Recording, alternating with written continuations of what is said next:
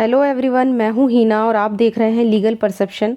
आज की वीडियो में हम आर्टिकल 15 और 16 में क्या अंतर है ये जानेंगे। हालांकि इस पर अलग पहले ही मैंने अलग अलग दोनों आर्टिकल्स पे वीडियोस बनाए हुए हैं और वो जाकर आप देख सकते हैं चैनल पर। लेकिन आज की इस वीडियो में हम इन दोनों के बीच में क्या डिफरेंस है वो जानेंगे, इसलिए वीडियो के एंड तक बने रहिएगा। और अगर मैं आपको ये भी बताना चाहूँगी कि अगर आप इस वीडियो लेक्चर की PDF लेना चाहते हैं तो आप फ्री में टेलीग्राम से ले सकते हैं, जिसका लिंक आपको डिस्क्रिप्शन में मिल जाएगा। साथ ही अगर आप हमसे कोई क्वेश्चन करना चाहते हैं तो आप इंस्टाग्राम पर हमें फॉलो कर सकते हैं या फिर आप कमेंट करके भी हमसे पूछ सकते हैं। और अगर आप इस चैनल पर नए हैं या अभी तक आपने इस चैनल को सब्सक्राइब नहीं किया है तो जल्दी से चैनल को सब्सक्राइब कर लीजिए, क्योंकि आने वाली वीडियोज़ में हम जितने भी मेजर एक्ट हैं वो सब एक एक करके केस लॉ के साथ डिस्कस करेंगे।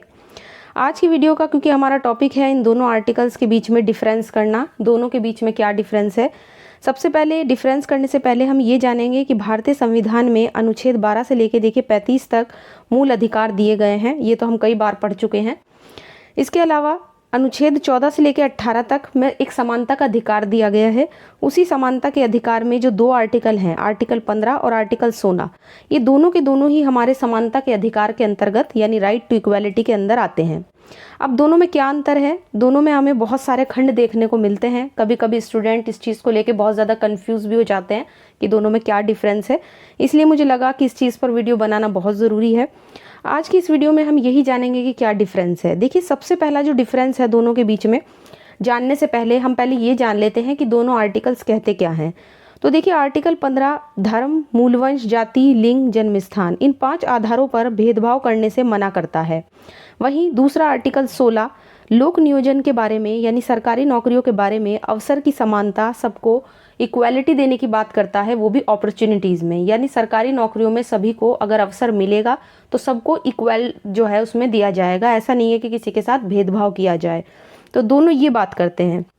अब अगर दोनों में अंतर की हम बात करें तो सबसे बड़ा अंतर है दोनों में उन आधारों का अंतर जिन आधारों का वर्णन इन दोनों आर्टिकल्स में किया गया है। फॉर एग्जाम्पल, जो अनुच्छेद 15 है वो 5 आधारों पर भेदभाव करने से मना करता है। वो 5 आधार कौन से हैं ये हमें पता होने चाहिए, क्योंकि अगर आप जुडिशरी की तैयारी कर रहे हैं तो प्री में कभी कभी इन आधारों पर ही आपसे क्वेश्चन पूछ लिए जाते हैं। आपको 4 ऑप्शन दिए जाते हैं, उनमें से एक ऑप्शन ऐसा दे दिया जाता है जो आधार आर्टिकल 15 में नहीं दिया गया है। तो इसमें जो 5 आधार हैं वो अच्छे से आपको पता होने चाहिए। पहला आधार है धर्म, दूसरा है मूलवंश, तीसरा है लिंग, चौथा है जाति और 5वां है जन्म स्थान। इन 5 आधारों पर ही भेदभाव करने से मना किया गया है, या इनमें से किसी एक आधार पर, ठीक, किसी भी नागरिक के साथ। इसके अलावा जबकि अगर हम बात करें आर्टिकल 16 की तो वो क्या कहता है, वो 7 आधारों पर भेदभाव करने से मना करता है। तो ये हमें पता होना चाहिए कि वो 5 आधारों पर मना कर रहा है और ये 7 आधारों पर। 7 आधार कौन से हैं? पहला है धर्म, दूसरा है मूलवंश, फिर जाति, लिंग, और इसके बाद जो 2 और आधार बल्कि 3 आधार, जन्म स्थान, निवास और उद्भव। तो ये हो गए आपके 7 आधार जिन पर भेदभाव करने से मना किया गया है। इसमें आपको 2 आधार जो है वो एक्स्ट्रा दिए गए हैं। पहला है निवास और दूसरा है उद्भव। तो इन 2 आधारों पर भी आर्टिकल 16 में भेदभाव नहीं किया जा सकता अगर किसी को सरकारी नौकरी दी जाती है। तो यहाँ पे ये चीज़ क्लियर हुई। इसके बाद ये तो था पहला अंतर। अब दूसरा डिफरेंस दोनों में क्या है? दूसरा डिफरेंस है आर्टिकल 15 जो है वो किसी सार्वजनिक मनोरंजन का कोई भी स्थान हो, जैसे पब्लिक में अम्यूज़मेंट की कोई जगह हो, कोई भी दुकान हो, कोई भी आपका सार्वजनिक खाने पीने की जगह हो, जैसे भोजनालय वगैरह होते हैं, उनमें प्रवेश करने से या कुछ जो साधारण जनता के प्रयोग के लिए जो भी कुएं होते हैं, तालाब होते हैं, या जो भी आपकी पब्लिक सड़कें वगैरह होती हैं, उनको उपयोग करने से अगर कोई नागरिक के साथ किसी भी तरह का कोई भेदभाव नहीं किया जाएगा, ये कहता है। तो सबसे पहली चीज़ इसमें ये हो गई। ये कहता है कि ऐसी कोई भी जगह जो पब्लिक के लिए बनाई गई है, जिसे पब्लिक यूज़ कर सकती है, तो उस पब्लिक की जगह पर भी कोई भी व्यक्ति उसका यूज़ कर सकता है। ऐसा नहीं है कि जो इसमें 5 आधार दिए गए हैं इनमें से किसी आधार पर उसके साथ भेदभाव किया जाए। इसके अलावा अगर हम बात करें आर्टिकल 16 की, तो ये सरकारी नौकरियों के बारे में अवसर की समानता यानी कि इक्वालिटी ऑफ अपॉर्चुनिटी का प्रावधान करता है। और ऐसे अवसर की समानता प्राप्त करने में इस आर्टिकल में दिए गए 7 आधारों पर भेदभाव करने से मना किया गया है। तो ये हो गया इसका दूसरा डिफरेंस। अब तीसरे डिफरेंस की तरफ अगर हम बढ़ें तो तीसरा पॉइंट ये कह रहा है, यानी कि इसका खंड 3 ही ये कह रहा है कि ये राज्य को बच्चों और स्त्रियों के लिए विशेष उपबंध बनाने की शक्ति देता है। यानी कि आर्टिकल 15 का खंड 3 स्टेट को ये पावर देता है कि वो बच्चों के लिए और महिलाओं के लिए कुछ भी स्पेशल प्रोविज़न बना सकता है। इसके अलावा आर्टिकल 16 के अगर हम खंड 3 की बात करें तो ये संसद को पावर दे रहा है कि वो ऐसे कोई भी लॉ बना सकती है किसी भी स्टेट या यूनियन टेरिटरी में जहाँ पर नौकरियाँ देनी हो, लेकिन उस नौकरी को देने से पहले संसद लॉ बनाकर ये प्रावधान कर सकती है कि पहले हमें निवास से संबंधित कोई भी मतलब बात जो है वो पूरी की जाए। जैसे अगर मान लीजिए कोई इस एरिया है और उस एरिया में रहने वाले लोगों को अगर नौकरी देने से पार्लियामेंट लॉ बनाकर ये कह सकती है कि वहाँ का जो है वो निवास प्रमाण पत्र चाहिए। तो निवास से संबंधित अगर कोई प्रावधान किया जाना है तो वो संसद कर सकती है किसी भी एरिया में, ठीक है ना, किसी स्टेट में या किसी यूनियन टेरिटरी में। तो तीसरा खंड जो है वो इसका ये कहता है, ये संसद को पावर दे रहा है और यहाँ पे स्टेट को पावर दे रहा है 15 वाला। अब इसके बाद जो चौथा पॉइंट है वो क्या कह रहा है, आर्टिकल 15 का खंड 4 ये कह रहा है कि राज्य जो है वो सामाजिक और जो शैक्षिक दृष्टि से पिछड़े हुए नागरिक हैं उनकी प्रोग्रेस के लिए या फिर जो अनुसूचित जाति या अनुसूचित जनजाति के लिए उनके लिए स्पेशल प्रोविजंस बना सकता है। तो एक तरीके से स्टेट के पास पावर है कि जो भी नागरिक, जो भी सिटीजन्स जो आपके सोशली या जो एजुकेशनली है ना, जो बैकवर्ड क्लासेस के सिटीजन हैं, जो पिछड़े वर्ग के हैं या फिर जो शेड्यूल कास्ट या शेड्यूल ट्राइब्स के हैं, उनके लिए स्पेशल प्रोविजंस स्टेट कर सकता है। जबकि अगर हम बात करें आर्टिकल 16 के खंड 4 की, तो ये राज्य को ही पिछड़े हुए नागरिकों के लिए नियुक्ति के संबंध में आरक्षण का प्रावधान करता है जिनका प्रतिनिधित्व राज्य की राय में राज्य की सेवाओं में कम हो। कहने का मतलब यह है कि अगर स्टेट में नौकरियां निकलती हैं और उस नौकरियों में जो ओबीसी के लोग हैं उनकी संख्या कम है, उसमें उनका रिप्रेजेंटेशन कम है, तो स्टेट के पास पावर है कि उन नियुक्तियों के संबंध में, उन अपॉइंटमेंट्स के संबंध में, ताकि उन बैकवर्ड क्लासेस को आरक्षण देने के बारे में प्रावधान जो है वो स्टेट कर सकता है। जहाँ पे हम देख सकते हैं कि दोनों ही जो खंड हैं वो बैकवर्ड क्लासेस से रिलेटेड है, लेकिन वहाँ पे शेड्यूल कास्ट और शेड्यूल ट्राइब्स की भी बात की गई है। इसके बाद नेक्स्ट आता है खंड 5। जो पांचवा अंतर है दोनों में वो खंड के हिसाब से ही हम लेके चल रहे हैं। राज्य को सामाजिक और शैक्षिक दृष्टि से पिछड़े हुए नागरिकों और अनुसूचित जाति और अनुसूचित जनजाति की उन्नति के लिए शिक्षण संस्थानों में प्रवेश से संबंधित, यानी कि अगर किसी स्कूल, किसी कॉलेज में, है ना, जो भी कॉलेजेस वगैरह हैं उनमें अगर शेड्यूल कास्ट के या शेड्यूल ट्राइब्स के या बैकवर्ड क्लासेस के जो बच्चे एडमिशन लेते हैं तो वहाँ पे उनके प्रवेश से संबंधित विशेष उपबंध बनाने का प्रावधान स्टेट के पास है। जबकि जिसमें कौन सी है, प्राइवेट संस्थाएं भी शामिल हैं। जबकि अगर हम बात करें आर्टिकल 16 के खंड 5 की, तो ये इस बात का प्रावधान करता है कि किसी भी धार्मिक सांप्रदायिक संस्था के कार्य उसी धर्म से संबंधित कोई व्यक्ति किसी विशिष्ट धर्म को मानने वाला या विशिष्ट संप्रदाय का ही हो। तो यहाँ पे दोनों के खंड 5 में बहुत बड़ा अंतर दिखाई दे सकता है, क्योंकि यहाँ आर्टिकल 15 का खंड 5 बात कर रहा है एडमिशन से रिलेटेड, जबकि आर्टिकल 16 का खंड 5 ये कह रहा है कि मान लीजिए कोई धार्मिक संस्था है। धार्मिक संस्था मतलब मान लीजिए कोई भी, जैसे कोई मठ हो गया, है ना, हिंदू धर्म में मठ होते हैं, तो उस मठ में जो मठाधीश है ना, जो उस मठ का जो सबसे मतलब सुप्रीम व्यक्ति होता है, तो मठाधीश है, तो वो उसी धर्म का होना चाहिए, यानी हिंदू धर्म से होना चाहिए। यहाँ पे साफ लिखा है कि वो व्यक्ति, कोई भी व्यक्ति उसी विशिष्ट धर्म को मानने वाला हो या उसी विशिष्ट संप्रदाय का हो।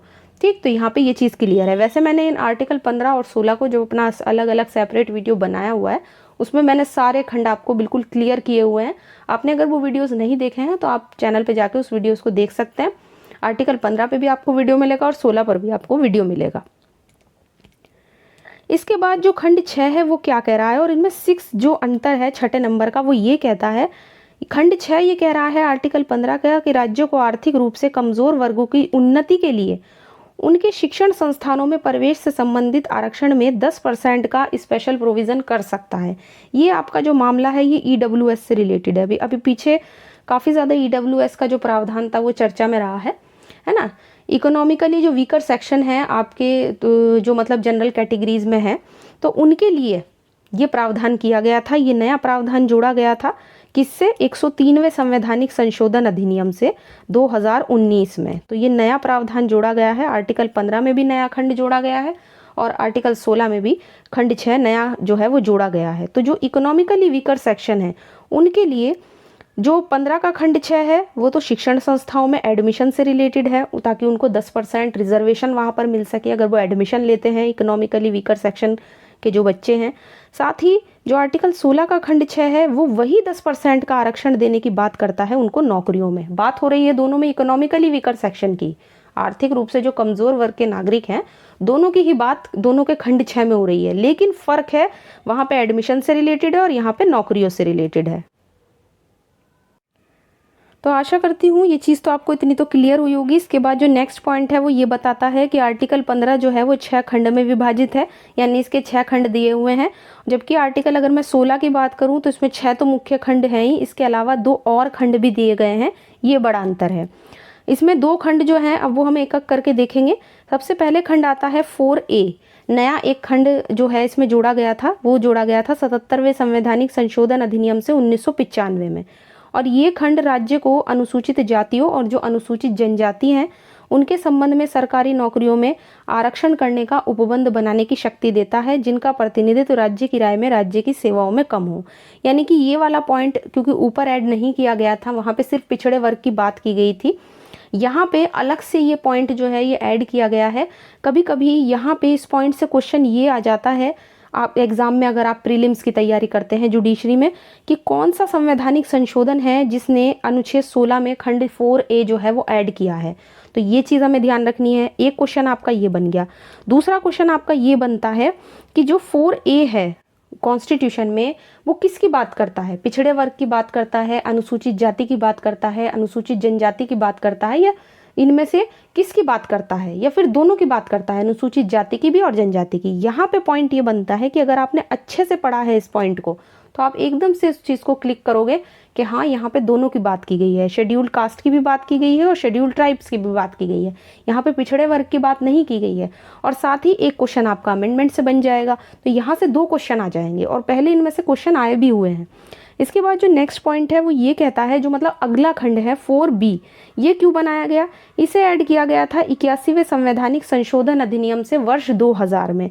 अमेंडमेंट याद रखने बहुत ज़रूरी होते हैं कॉन्स्टिट्यूशन में। कई बार इतने सारे क्वेश्चन मैंने खुद अमेंडमेंट से आते हुए देखे हैं कि अगर कॉन्स्टिट्यूशन में कोई प्रोविज़न ऐड किया गया है तो वो किस अमेंडमेंट से ऐड किया गया है। तो इसलिए मैं हर चीज़ में जहाँ जहाँ पे अमेंडमेंट होते हैं मैं वो साथ के साथ ऐड करती चलती हूँ, ताकि आपको ज़्यादा कुछ भी चीज़ जो है वो सर्च ना करनी पड़े।